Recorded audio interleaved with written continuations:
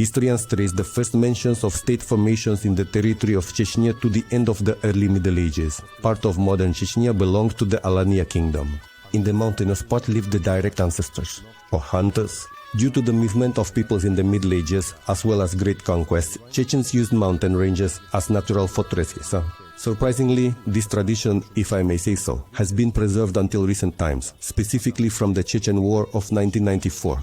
During this brief period, each carrier, as residents of Chechnya often called themselves, was independent. Let's turn back the history of the creators of the Caucasian states. The system of state formation in the Caucasus Mountains. With centuries of history, it had certain distinctive features. They created settlements, isolated by embryonic signs. This tradition has been preserved and carried over from times of life. Often such clans had relations and even shared names with the Highland Radonites. Almost all social issues within the clan were decided by the elders, a cause for disputes in the community. The traditions of the Caucasian peoples are known to us from many films and books that romanticize them and add an element of exoticism. Indeed, the Highlanders are a very proud people and moreover, freedom-loving.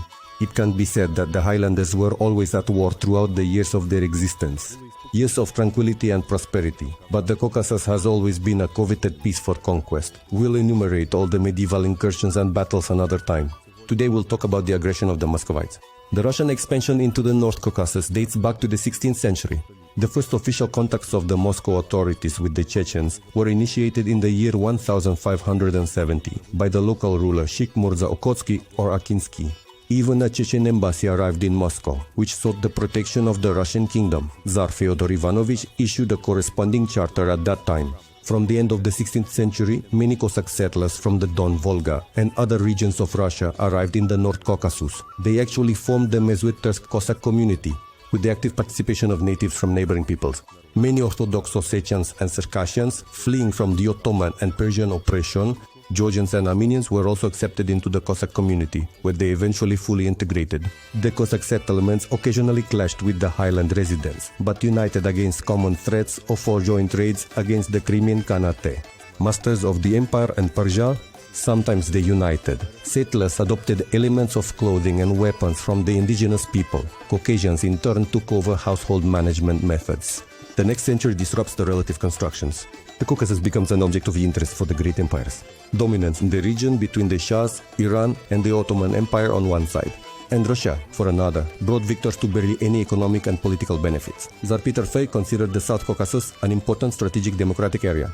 As a reinforcement for the Russian Empire, both in political and economic relations between the peoples of the North Caucasus and Russia, trouble with the Middle East, and control over the Great Silk Road became a defining factor for the Persian campaign in the year 1722. Peter the Great even established personal contacts with many local princes and by bringing them in. At the same time, Russians established themselves in the Caucasus and founded a new state, the St. Cross Fortress, which became an economic and administrative center in the South Caucasus and by the Caspian Sea. Now this place is known as Kizlyar. Since the year 1721, systematic punitive expeditions of Russian troops against the Chechens began, as a punishment for raids on the settlements of Russian colonizers, as well as for disobedience to the so-called Chechen lords, more precisely to the Kabardian and Kumyk attitudes. The repression by the Russians was severe. Rebellious villages were burned, and hostages were taken from wealthy and influential families, which bred hatred among the Chechens towards the invaders. The uprising flared up systematically. All odds. Even the leaders of punitive operations admitted, standing up for punishment did not come. The next step for the Russians in strengthening their positions in the region was the forced resettlement of the Don and Volga Cossacks, military colonization, which exacerbated mutual hostility. Against the backdrop of religious alienation, a Sharia movement emerged, which quickly gained an anti-Russian and anti-colonial hue, first demonstrating in the Caucasus the effectiveness of the slogan of a godly war, or a war for faith. The power of Muscovy tried to suppress religious politics, and sent another punitive squad against the Chechens, which brutally burned down several settlements. This shook all of Chechnya. Followers of Sheikh Mansur carried out a series of offensive operations against the fortifications of the Caucasian line. Beginning in Chechnya, the rebellion by 1787 gained particular momentum in Northwest Asia. The same year, entering the war with Russia, officially granted Mansur the title of Imam. Under the banner of protecting Islam, they coordinated their military efforts with the mountain rebels. Later, the Russians managed to suppress the revolt. The injured Sheikh Mansur was captured and exiled to the prisons. Where did he die? In 1801, Russia annexed Georgia. This radically changed the dynamics in the Caucasus. The Muscovites no longer needed the support of local lords. Residents of the region, deprived of political independence, who rebelled against the Russian Empire. This time united Chechens, Ingush, Ossetians and Kabardinians with varying degrees of success. Successfully protested for several years. Over several decades of fierce resistance, the Chechen population significantly decreased. This was not only due to bloodshed, but also to the displacement caused by the coronavirus. At the same time, Russia was fortifying. It expanded its borders and actively settled the region. The policy of expansion continued to lead to armed revolts, which were constantly suppressed by the Russian authority harshly. By the year 1840, in the territory of Chechnya and Dagestan, Imam Akshamil emerged. He initially conducted a successful war with Russia, but by 1859 suffered defeat. After that, all of Chechnya was annexed to the Russian Empire, and the Terek Oblast was established in its territory. The Soviet period did not become calmer, the beginning of the creation of a country of councils, civil war in the empire. Residents of the Caucasus found themselves caught between two fires again. Bloodshed continued, cities and villages changed hands. And although in the early 20s of the last century, communists finally seized power in the region and established an administrative unit, St. Petersburg SSR, the center of the agreement. In the action areas, it was still restless. In the year 1922, the Chechen district was transformed into the Chechen Autonomous Region, which included the city of Grozny. In 1925, a Czechoslovak military operation was conducted to disarm Chechnya with applications artillery and aviation first, then collectivization, deportation, and all other known consequences of life in the Soviet Union. In the summer of 1990, a group, representatives of the Chechen intelligentsia, came forward with the initiative, holding the Chechen National Congress to discuss the issue of reviving national culture, language, traditions of historical memory. From November 23 to 25, the Chechen National Congress took place in Grozny. An executive committee was elected with Major General Dzhokhar Dudayev as its leader. On the 27th of November, the Supreme Council of the Chechen-Ingush confirmed the therapy and tactics. The protest action adopted the declaration of state sovereignty for the Chechen Republic. The public from June 8 to 9 to the next day. The second session happened before the first year. The Chechen National Congress, which declared itself the General National Congress of the Chechen people, Session declared Chechen used the public leg or what? The August Path became a catalyst for the political situation in the Republic. On September 4th, the Grozny TV Center and a building were captured. Dzhokhar Dudayev read a statement in which he called the Republic's leadership criminals, bribe takers, embezzlers, and wanted. From September 5th until the democratic elections take place, power in the Republic transitions to the hands of production, to COCOM and other generally democratic organizations. In response, the Supreme Council declared a state of emergency in Grozny from September 5th to September 10th, but it was cancelled after 6 hours. A few days ago, the last session of the Supreme Council of the Chechen-Ingush Republic took place. The decision to dissolve was praised. Various political events and appointments within a few weeks sparked internal conflicts in the leadership of the young republic. As always, Russia added fuel to the fire. Demanded to lay down arms and submit. Unite by Islam. Namely, a holy war was declared, calling all Chechens from 15 to 55 years old to arms. In October, at the presidential elections of the Republic, Dudayev won, and his first action was to issue a decree declaring the sovereignty of the Chechen Republic. In November, the territory of Chechnya saw the capture of military towns, weapons, and property of the armed forces of the USSR and internal troops by Dudayev supporters. News on the public, Zhitomir. On January 14th of the year 94, the Chechen Republic was renamed to the Chechen Republic of Ishkeria. At that time, the Republic was undergoing a political crisis that often escalated into armed conflicts between influential groups, military commanders, and of course, Russia's indifference. But after a failed attempt to overthrow Dzhokhar Dudayev by the Chechen opposition forces, Russia decided to send regular army troops into Chechnya. The Security Council made the corresponding decision regarding the operation in Chechnya, and the next day Boris Yeltsin signed a secret decree on measures to restore constitutional legality and order in the territory of the Chechen Republic. The first strikes by Russian aviation took place in the morning of December 1st at the Kalinovsky-Kankovsky airfields.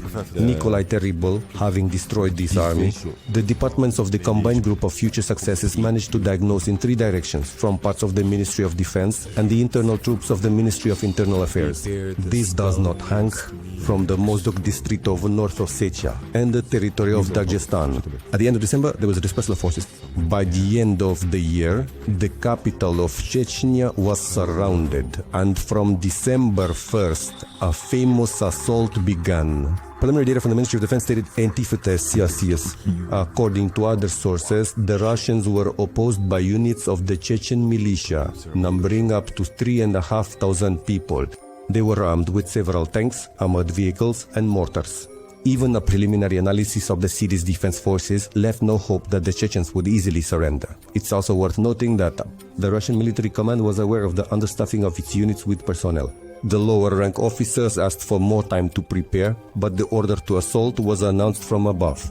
Over the 2 New Year's days, the Chechens decimated the faltering Russian army. Russian losses in killed and missing were over 1,500 people, and also 2,500 wounded. Over 200 units of Russian armored vehicles were destroyed. 3 regiments and 1 brigade of the Russian army lost combat capability and were taken out of action within 2 days. Here's what one of the participants, General Roklin, said about the events later. The operation plan developed by Grachev and Kvashnin became the actual plan of Belaya. I can assert with full confidence that it was not based on any operational tactical calculations. This plan has a very specific name, adventure, but considering that executing it will result in hundreds of deaths, reckless adventure. The defeat of the Russians was sealed by the decision of the Women's Command to almost unhindered allow Russian units into the city center, surrounding them and closing the trap. Grozny was almost entered without a fight. The 131st Motor Rifle Brigade, the 81st and 693rd Motor Rifle Regiments, combined detachment of the 20th Motor Rifle Division. These units took over the outskirts of the presidential palace and the railway station. At that moment, they were surrounded by Chechen mobile units and attacked from all sides, primarily with the help of grenade launchers and mortars. These units were almost completely destroyed. Commissioned on 3 January to General Rokhlin, were placed under the operational command of the 81st and 276th Motor Rifle Brigades, remnants of the 131st Brigade, parts of the 67th Army Corps, and the 74th Separate Sniper Brigade. The third stage of the military operation began. It was given the codename Content. Fierce street battles have started in Grozny. It seems the Federal Forces Command has taken into account the scores of the previous war, and they were able to establish control of the troops. The tactics of the fight were changed. Refusal to storm and switch to the conventional scheme of street fighting, the so-called Stalingrad tactic. Building defenses. News on public, Kharkiv. In multi-story buildings, using snipers, and most importantly, effective use of artillery. Fierce battles lasted another week and a half. Russians with heavy losses gnawed their way into the city center. Around the presidential palace, there were dense defensive strong points of Grozny defenders. In Pogoshna Street, there were associations. Equipped in position for firing, the mounts and artillery have direct aim. A well-prepared network of underground urban communications allowed Chechens to move freely and operate. News on public, Kharkiv. I disagree though. In the first half of January, Russian troops managed to advance deep into Grozny. On January 13th, the Muscovite forces began the assault on the Council of Ministers building. The battle for the council, which lasted several days, was marked by such tension and growth. Many officers and soldiers' psyche began to falter. This was described by a Russian officer in his report. The personnel of the assault group reached the defense at Savio. After our Air Force's raid and the losses from our Air Force, Major Shervashenko, the group commander, made a demand. Leave positions and break through with any losses to their own. With great effort, Major Cherevashenko managed to anticipate this. Soldiers lay in the cellars of Submin, neither eating nor drinking, even refusing to bring in wounded comrades. Among the soldiers, there are cases of psychological breakdowns. Thus, Private G stated he could no longer tolerate such conditions and threatened to shoot everyone. A similar breakdown occurred with Private S. The regiment has 11 combat officers left. All of them declared they will not storm anything anymore. That in Chechnya there is a planned thinning of the officer corps, and that they all want to be laid to rest there. After bombardment of the presidential palace from Osaka Futal, from the night of January 18th to 19th, Chechen units began to retreat. After the palace was captured, the flag of the Russian Federation was raised over the building. At the same time, Yeltsin declared the end of the military phase of the conflict. However, battles continued in Grozny and the following. However, the intensity of the battles somewhat decreased. Dudayev's forces held the defense of the city until the beginning of February. Grozny was literally erased by Russian aviation and artillery. The Chechens were pushed to the southern outskirts of Grozny within 2 months, where they regrouped. News on public TV, Jitomir. Now, the main task of the Russian armed forces became establishing police presence across the plains of the rebel republic, at the same time as propagating the local population. Muscovites actively occupied the heights to control the territory. In many settlements, they were met with weapons, even in settlements where Dudayev's militia were not present. By April of 95, by Russian forces, almost all of Rivne territory in Chechnya was occupied, and Dudayev's units switched to guerrilla warfare operations. In the middle of May, federal forces launched a large-scale offensive in the Britkia regions, despite a significant advantage in manpower and equipment. Russian forces got stuck in the defense of the opponent. General Shamanov needed a week of shelling and bombing to capture Chiriyort. During the advancement of federal forces to the south, the Chechens redeployed some of their forces to equal footing. Moreover, the number of operations aimed not only at Russians but also at Chechen leaders loyal to Russia sharply increased.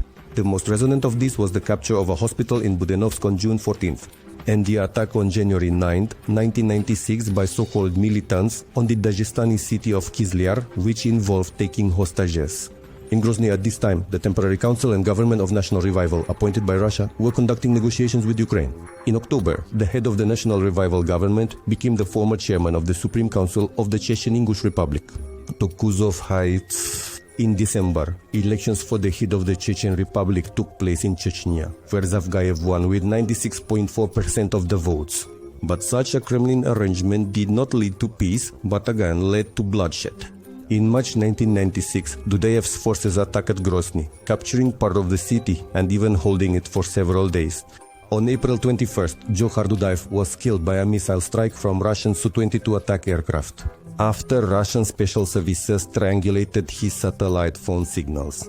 The next day, Zelim Kanyandarbiev was appointed acting president of Chechnya. The war entered a protracted stage, despite some successes of the Federal Party. On May 27th in Moscow, a meeting took place between Boris Yeltsin and Zelim Kanyandarbiev. Following this, an agreement was signed to cease fire and take measures to settle the armed conflict in Chechnya. Eventually in the city of Nazareth, during another round of negotiations, an agreement was reached on the withdrawal of Russian troops from Chechnya, the disarmament of insurgent groups, and the conduct of democratic elections. But within a few weeks, Russia stopped adhering to these agreements and moved the military actions away. On August 6th, Chechen units attacked Russia again. News on public, still searching. Under the command of General Kulikovsky, despite a significant advantage in manpower and equipment, could not maintain a response. On August 6th, insurgents took control of the cities of Argon and Ganvud. On August 31st, the Chief of the General Staff of the Armed Forces of Chechnya, Aslan Maskadov, and the Secretary of the Security Council of Russia, Alexander Lebed, the Khasavyurt Accord, which ended the First Chechen War, was signed. As a result of the agreement, federal troops were withdrawn from Chechnya, and the question of the republic's status was postponed until the year 2001. Leading up to the Second Russian War against Chechnya,